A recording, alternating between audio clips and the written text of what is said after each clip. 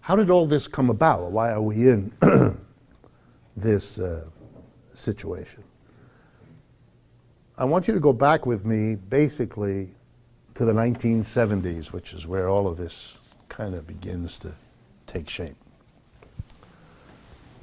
From the Great Depression, the 1930s to the 1970s, the dominant ethos of economics was what we call Keynesianism, was the idea that the capitalist economy led to itself produces breakdowns like the Great Depression of 1929, and that to avoid that, to get the benefits of capitalism, the government needs to step in and judiciously prevent the bad things from happening and give a nice assist or boost to the good things. This is not anti-capitalism at all.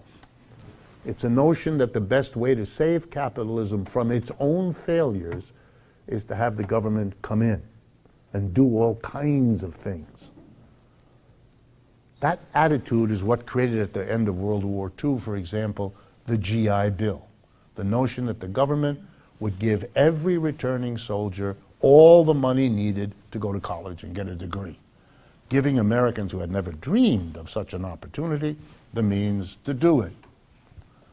For those of you not aware, the government built a massive program of public housing. If you ask some of your relatives, they grew up in those houses. Here in New York, we actually still have some of them around. Many other parts of the country, they've been destroyed or allowed to go to ruin.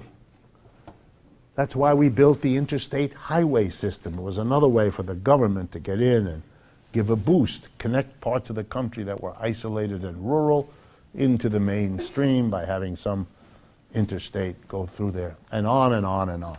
Government involvement, government activity, government raising money, often from the rich, and spreading it out to everybody else.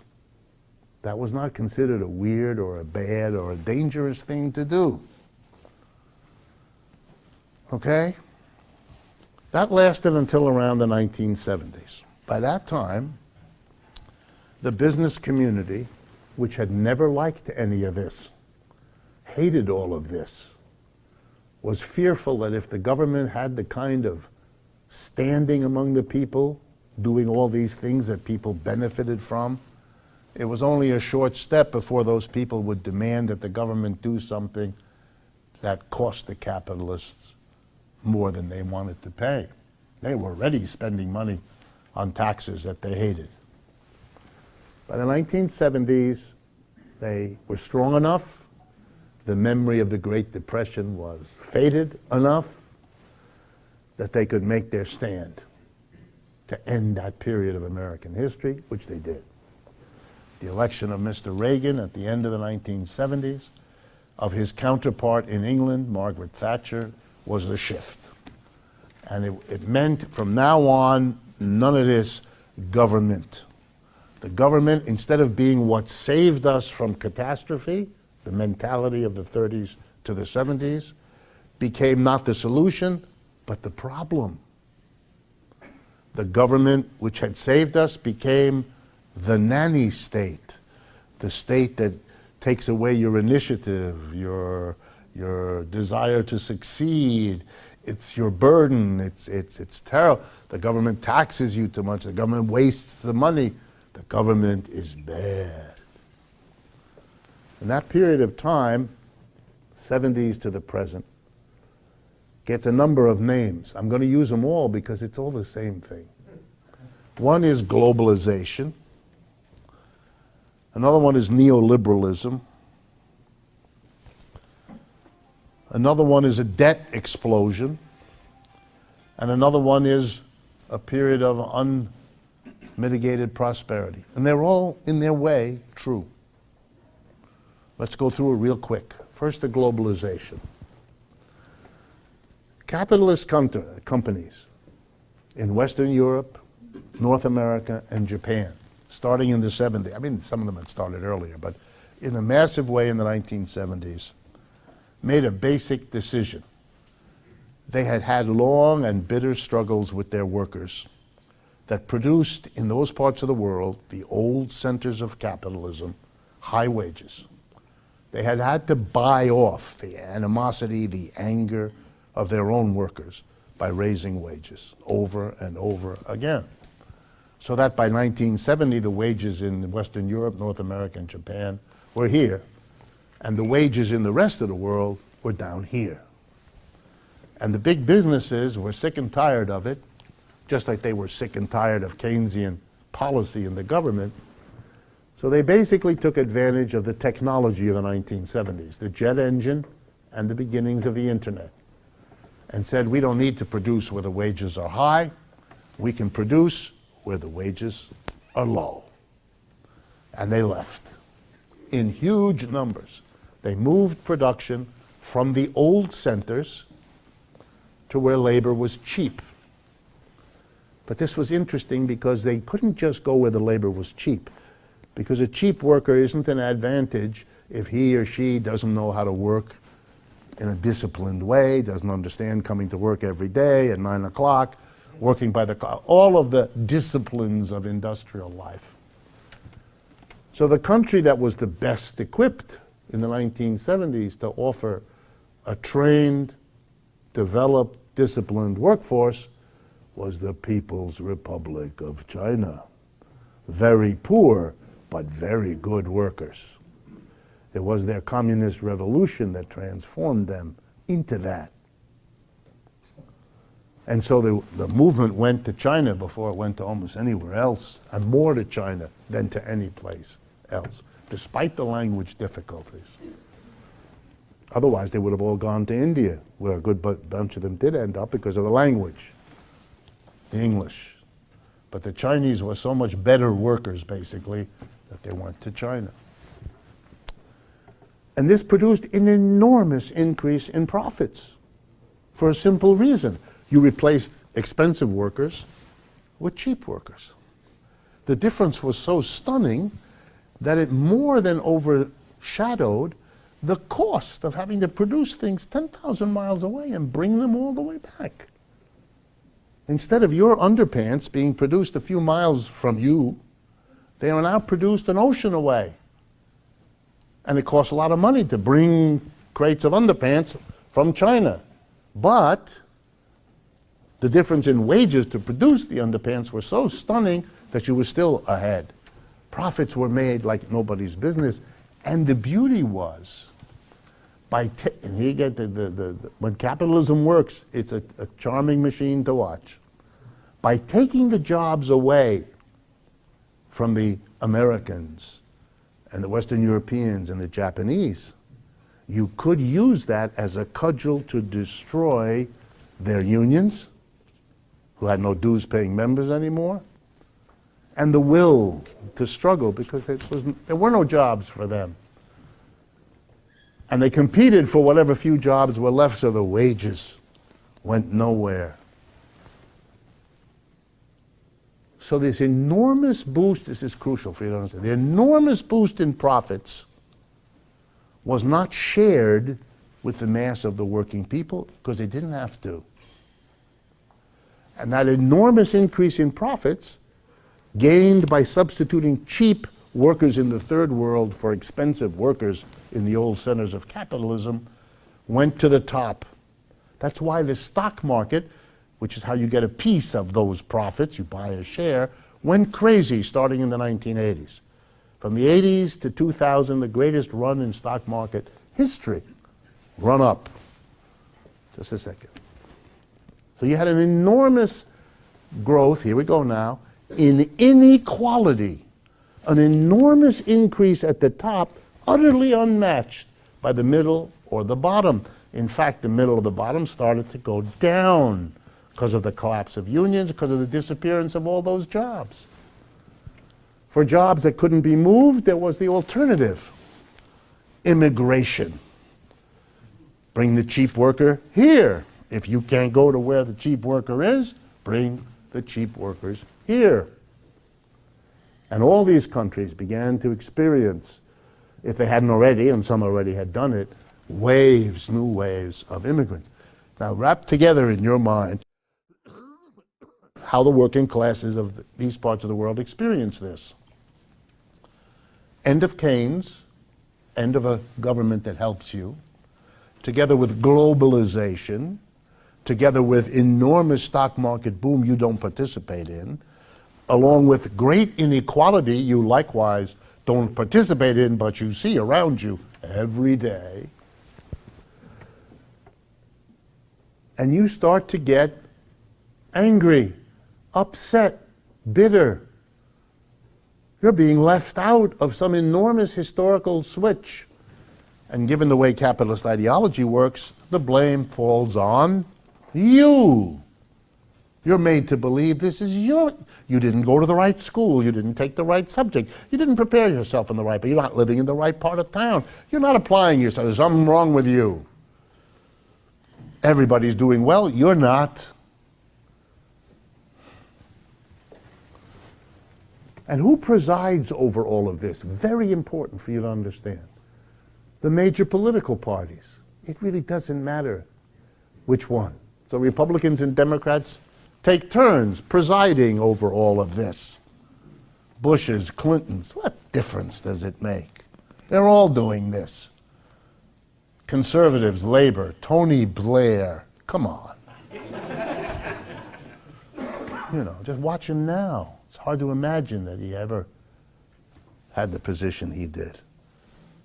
Very important to understand the Social Democrats, the people who had been the Socialist Party, or in this country, because we don't allow that, the Democratic Party. They presided over this too. They didn't know what to say or what to do, so they became neoliberals too. The Keynesian story had been defeated, and they felt to hold on to what they had advocated, Keynesian government, welfare state, all of that, was a ticket to political oblivion. So they had to become neoliberals too, go globalization, stock market going, but we'll help you. We'll be less harsh than those Republicans. So don't worry, we will not do anything to undo the great success everybody says we're having, but we'll be softer to you. We'll care for you a little bit. What the mass of the working class saw instead was what? The erosion of what they had gotten. Their supports from the government were eaten away. Their union supports were eaten away. Their job conditions were eaten away. Pensions disappeared, or they went from defined benefit to defined contribution, if you know about how pensions are set up. Everything was done to convenience the employer and to hobble the employee. And the trade unions and the social democratic parties and the Democratic Party in this country was observed by the people who loved those parties as not only unable to get better deals for the working class, they couldn't even protect what had been won in that period from the 30s to the 70s. And so the attitude of the mass base of these parties changed. Why should we vote for the Democrats? What the hell difference is it?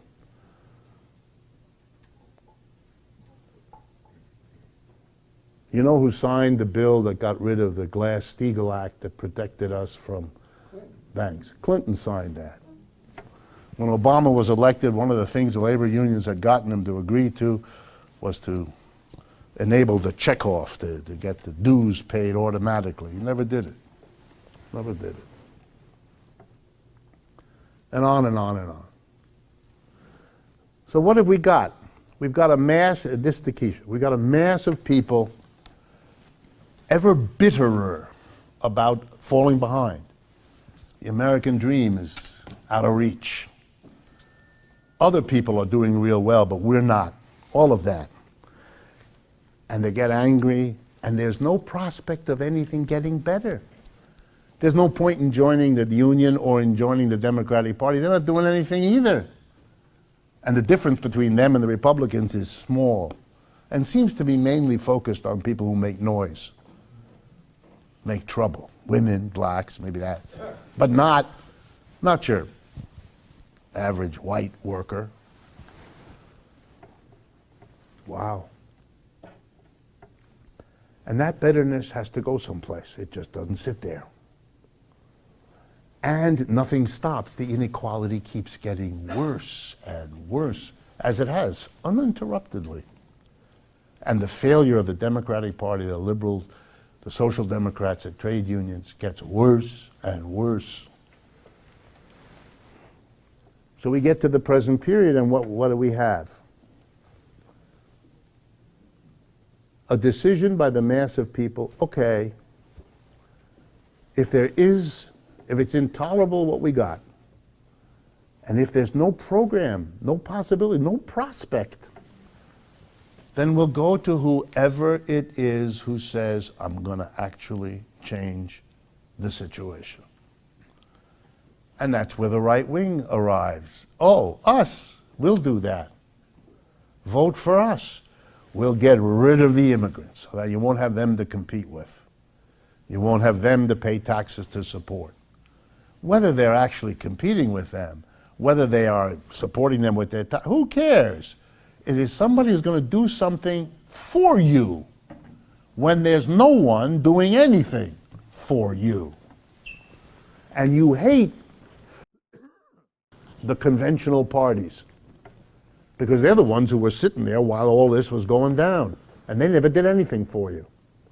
So the appeals of the Clintons and the Bushes or the Theresa May or these kinds of people, what? It's almost to the point, not quite, but it's almost to the point that whatever they're for, the mass of people are against it. In Brexit, that's exactly what happened. The establishment was Remain, and the people all raised the middle finger of their hand and voted to leave. This is a supreme act of irrationality, since out of Europe is not going to make the condition of the English working class one iota better than in Europe. The same people run the society, the same institutions govern this society.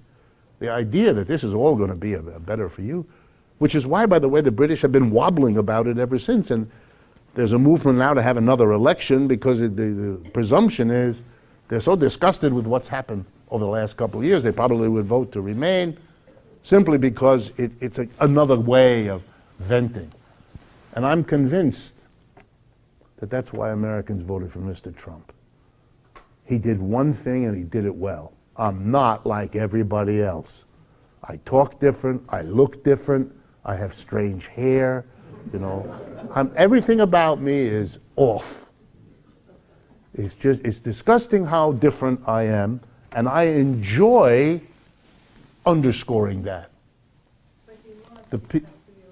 Yeah, but he did pull it off. He was surprised too that he won. Remember early in the campaign, at one point he said, I could go out on Fifth Avenue and shoot somebody and they'd still vote for me. He too was discovering that he was, how many of you ever saw a film many, many years ago with Peter Sellers called Being There? Yes. That's it. Mr. Trump, he was there. He was the right weird fellow at the right moment. A perennial loser who had enough money so he could do this forever. And so he did it the one time, and like a broken clock, twice a day, it's exactly on the money, right? And his broken clock brought him in. And that's why, I mean, he enjoys contravening all of that. He's against neoliberalism, he's against globalization, he's against immigration, everything. That's it. That's who he is. I'm different. You can stay with me because I'm against all of that crap. And I'm serious, and I'm going to make America great again. I'm going to somehow reconstitute for all of you what was taken away from you in the last 30 or 40 years. That's why anti-immigration works as a policy, because it's stark.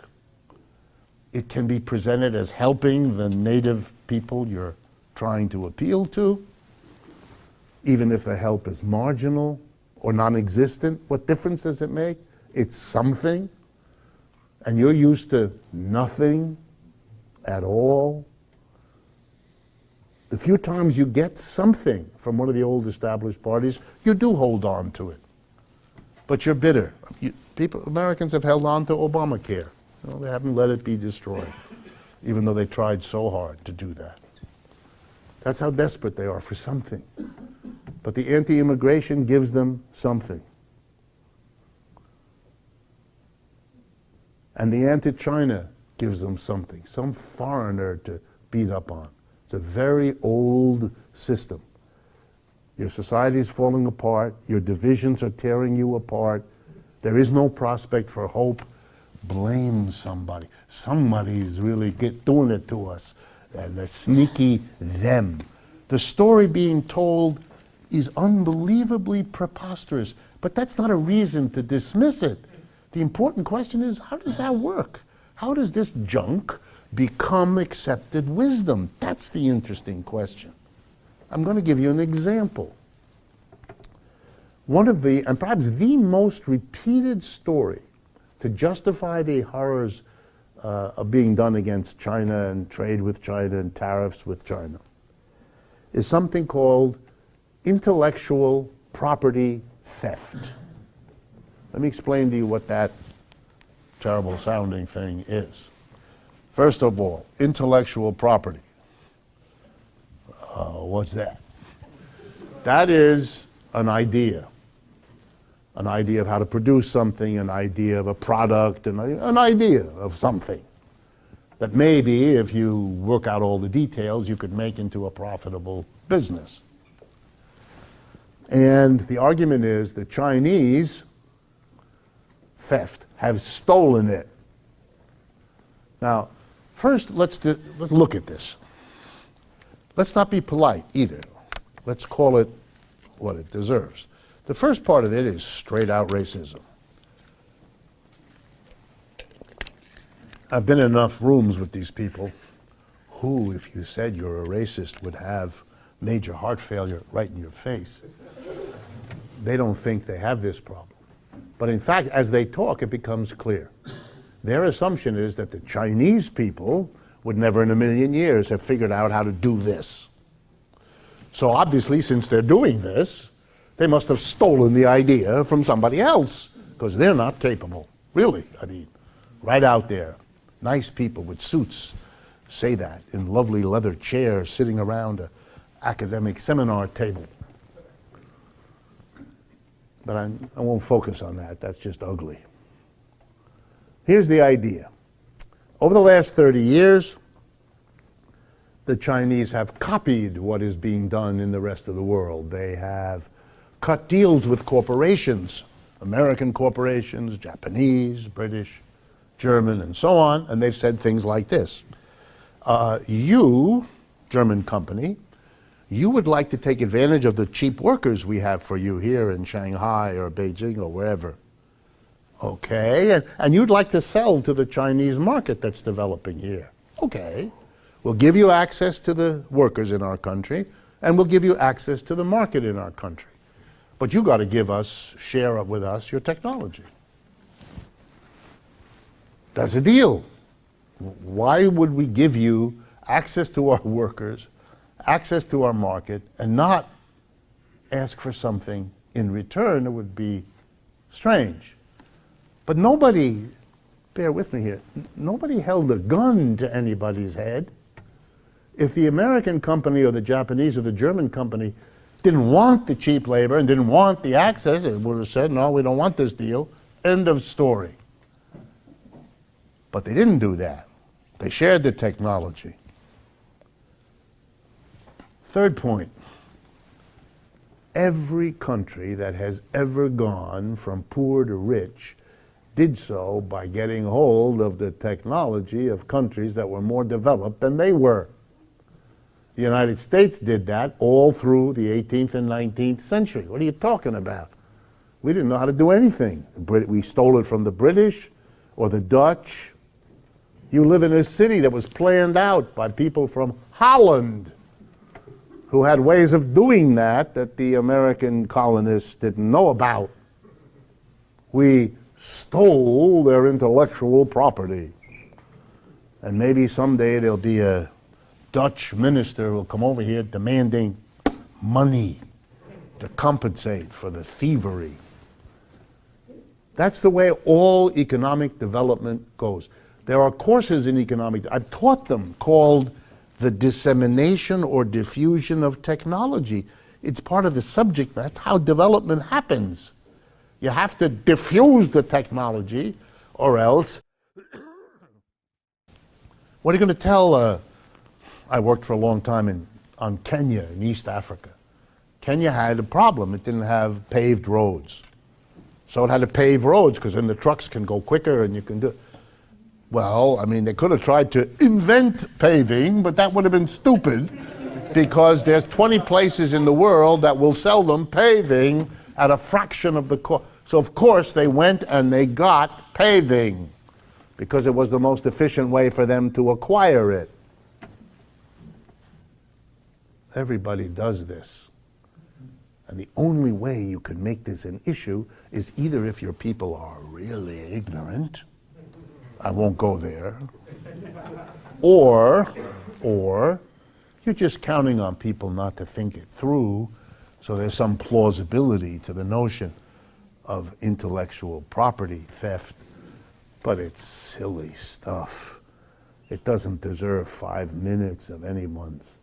By the way, is there some stealing that goes? Of course there is.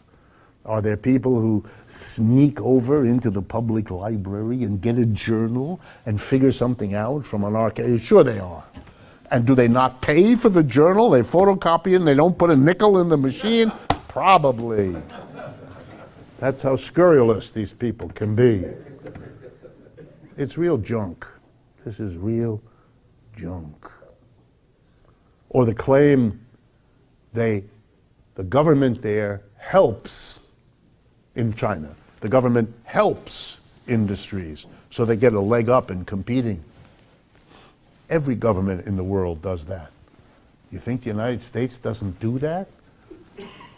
When we build a road somewhere, anywhere, the pressure that went on the state to build a road this way in that part of the state, to go this way and around the corner, that were industries that had an advantage if the road was routed here, not over there, because it gave them a leg up. It meant that the cost of shipping some input they had was reduced compared to what it would have been if that road had been built some other place. Did the government help them? Of course it did. Of course it did. On the street where I live in New York, not very far from here, shortly after I moved in, I noticed something. Across the street is a school maintained by a religious denomination. I won't mention which one. So I don't want to get on anyone's wrong side. And I went out at night with my little bag of garbage in that wonderful way that New York City has. You fill up a bag of garbage and you heave it on the street, which other people, that's technology going the wrong way, just by the way.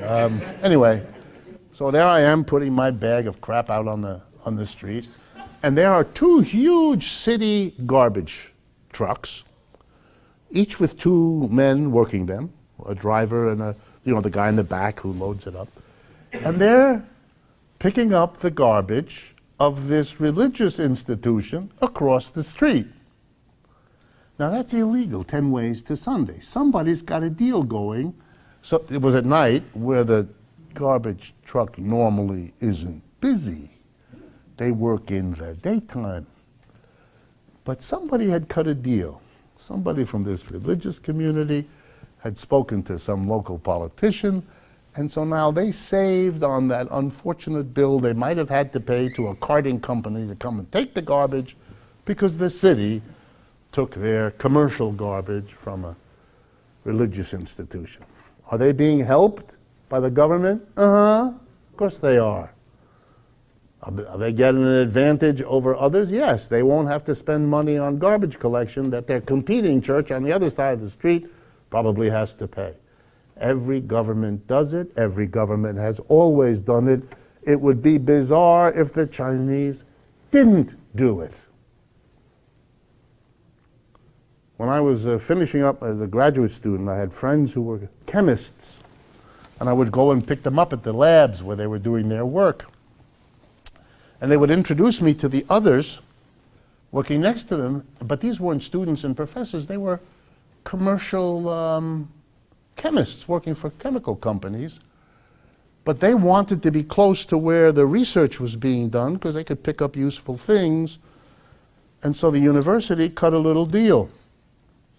And basically they rented space in the university's labs to conduct experiments next to the university researchers that were doing their academic research because it made money for them. They learned important things. But of course the university didn't have to pay taxes on its property because they are exempt, like, I don't know, Harvard.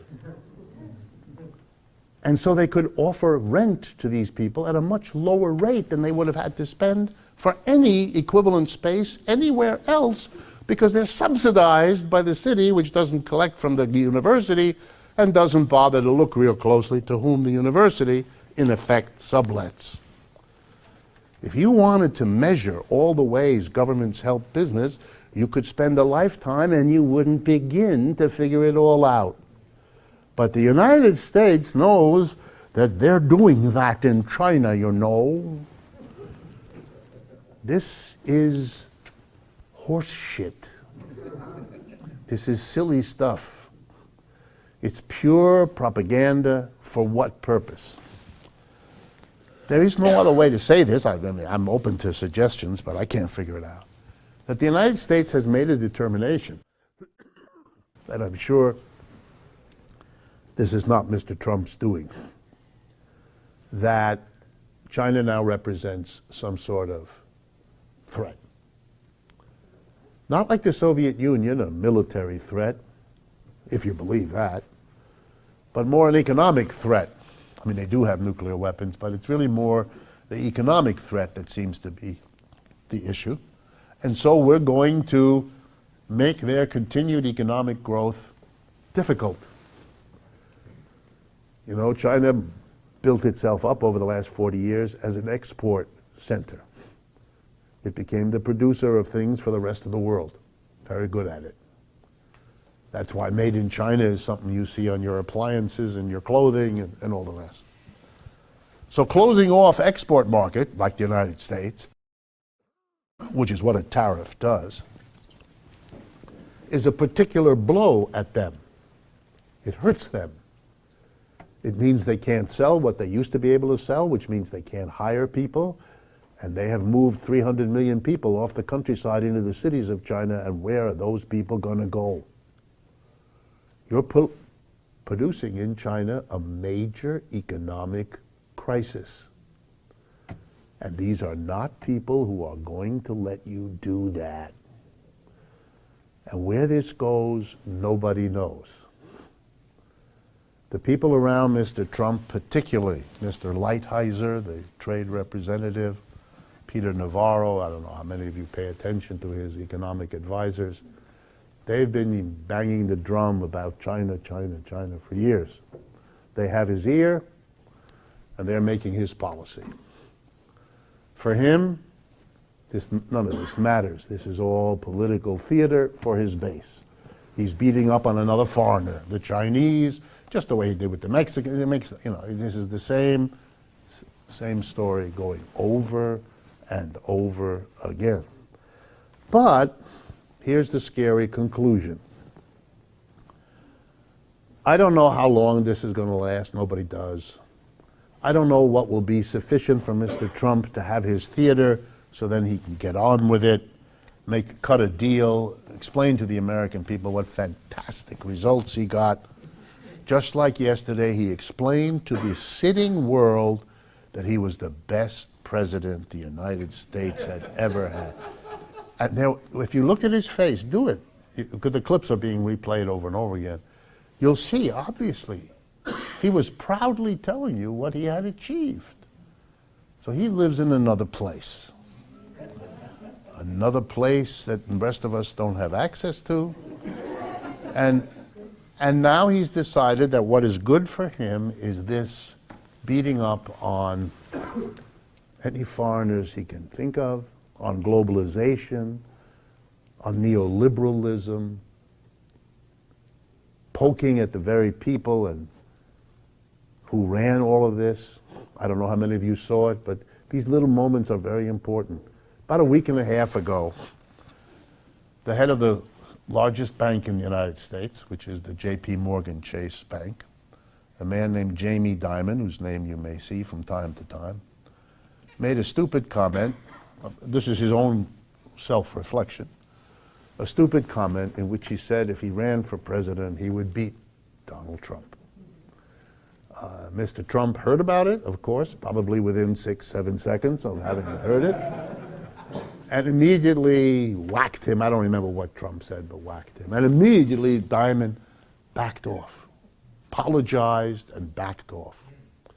Okay, it's interesting that Mr. Trump, who wouldn't have been invited for lunch at the J.P. Morgan Bank, is now in a position to smack the president of it and get a quick apology from the president of this large bank.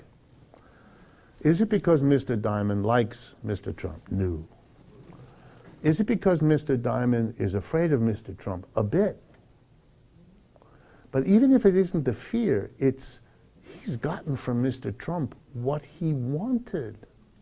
He wanted deregulation. He's getting loads of it. And he wanted a big fat tax cut last December, and he got that too. Bank profits have soared as a result of that tax cut. The whole economy is in a kind of a bubble of activity. Numbers are pretty good. This is because it's, by the way, some of you should enjoy the irony.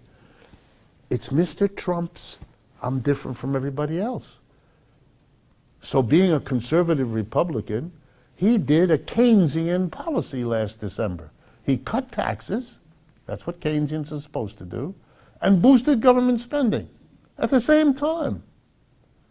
You know, and if you cut government revenue by giving tax breaks to corporations, but you spend more money, you make a very big deficit. That's the difference between what the government spends and what it takes in tax. That used to be a big no-no for conservatives.